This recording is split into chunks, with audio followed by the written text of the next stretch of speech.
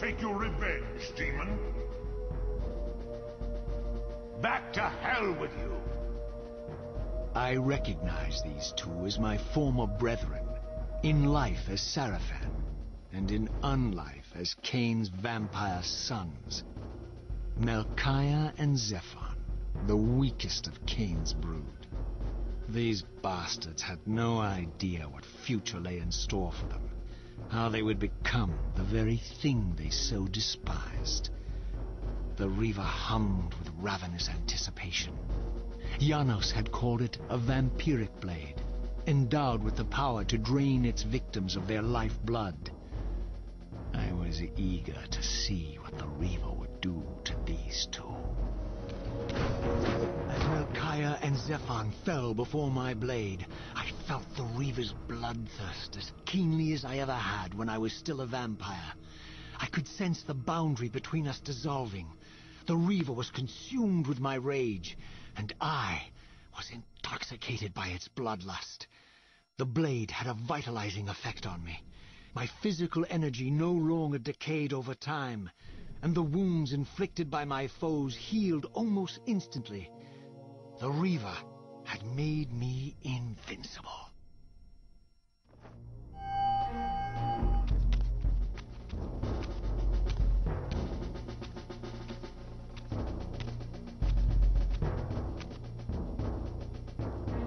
Have you come to reclaim the monster's black heart?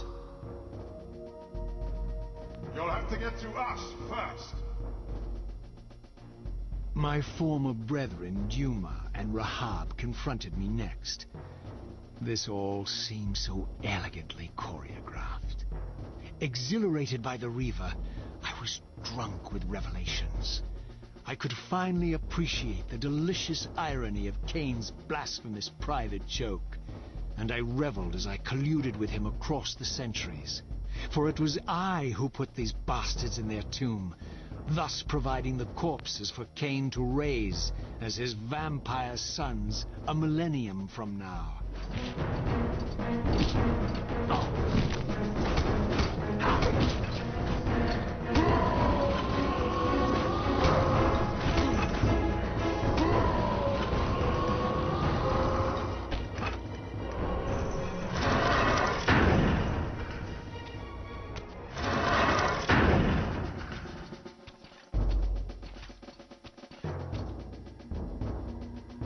Get back to the pit you crawled from, demon.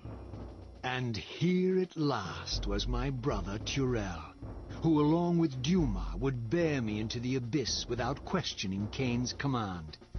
So dutiful and righteous, even as a vampire. I guess some habits die hard. The vampire Turel had eluded my vengeance. The Sarafan Turel would not.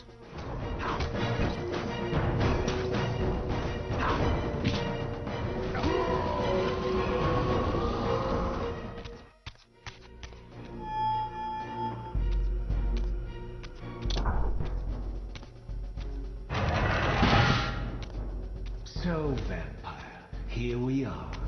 You've destroyed my brethren, and now you've come for me. You'll find I'm not such easy prey. I don't want to kill you, but I will if I must. Return the heart to me, and we can end this now. So, you've come to avenge that filthy parasite and reclaim his foul heart. You're a righteous fiend, aren't you? Apparently I am. No, vampire. This is where it ends. But you won't be leaving this room. Now, let's finish this. I'll make it mercifully quick. As you did for Janos? No, that beast had eluded us for far too long. It would have been a shame to end him too quickly. It's ironic, really. The great Janos Ordrin turned out to be no challenge at all. Thanks to you. Did you hear his cowardly screams when I tore that black heart out of his carcass?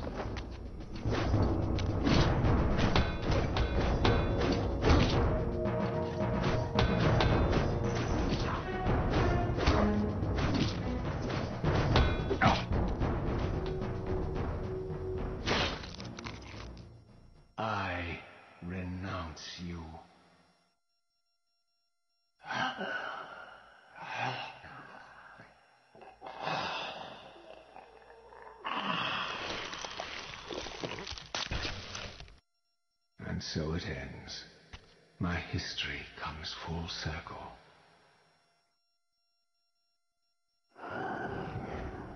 Sensing its twin, the Wraithblade uncoiled itself from me, and instead wound lovingly around its former self. I felt its grip loosen, and as the blade left me, its absence chilled me more than its presence ever had.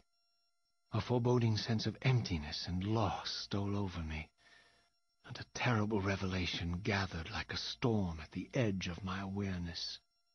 With all other foes exhausted, the conjoined blades turned themselves on me, and I realized, finally, why I had sensed nothing when Janos offered me the blade.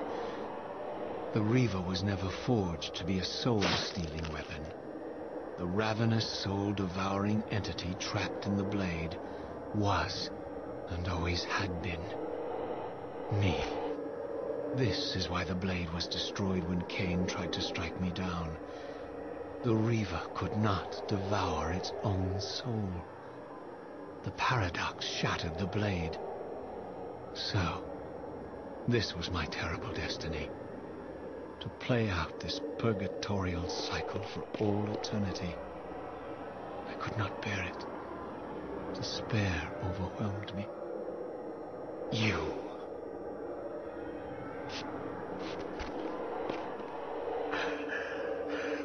Are you enjoying this game? Don't fight it, Raziel. Give into it. Was this your destiny for me all along? Trust me. I felt myself weakening, unable to hold on any longer. The Reaver was too strong. The compulsion to simply let go, too great. And then, a growing sense of vertigo and the familiar displacement. The paradoxical moment when my twinned soul hovered both outside and inside the Reaver blade. This was the instant, the glimmer of temporal distortion Kain had been counting on all along. This was the edge of the coin, the minute flicker of probability upon which Kain had gambled everything.